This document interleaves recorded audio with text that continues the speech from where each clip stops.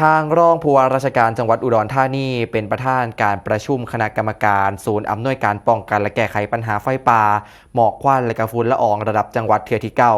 ซึ่งก็มีการประชุมออนไลน์ผ่านระบบอิเล็กทรอนิกส์ไปยัง20อำเภอเพื่อติดตามรับทราบผลการปฏิบัติงานและก็รายงานสถานการณ์สำคัญในพื้นที่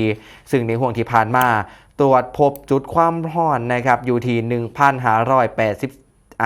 1,584 จุดในแปลงเกษตร550 จุดพื้นที่เกิดไฟป่าเป็นพื้นที่เขตป่าสงวนแห่งชาติและป่าอนุรักษ์ที่ระดับชั้นสูงเหตุให้ไฟลุกลามเกิดความเสียหายในวงกว้างทางนี้เองครับกับพบว่าประชาชนก็มีพฤติกรรมฝ่าฝืนประกาศจังหวัดเผาวัชพืชก่อนปลูกซึ่งอำเภอและก็ท้องที่ก็ได้ให้เจ้าของ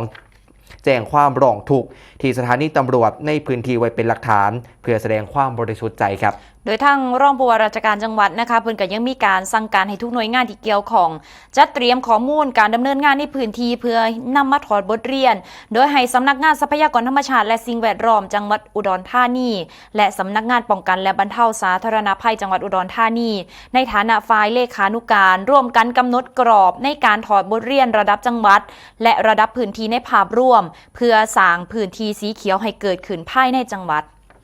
นอกจากนี้ครับก็ได้เน้นย้ำให้หัวหน้าสำนักงานป้องกันและบรรเทาสาธารณภัยประชาสัมพันธ์ให้พี่น้องประชาชน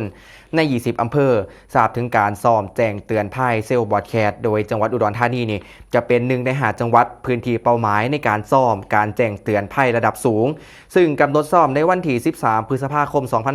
2568เวลา 13 นาฬิกาเพื่อป้องกันการสร้างความตื่นตระหนกแก่กลุ่มเปราะบางผู้ป่วยผู้สูงอายุเด็กและผู้พิการอีกนำครับ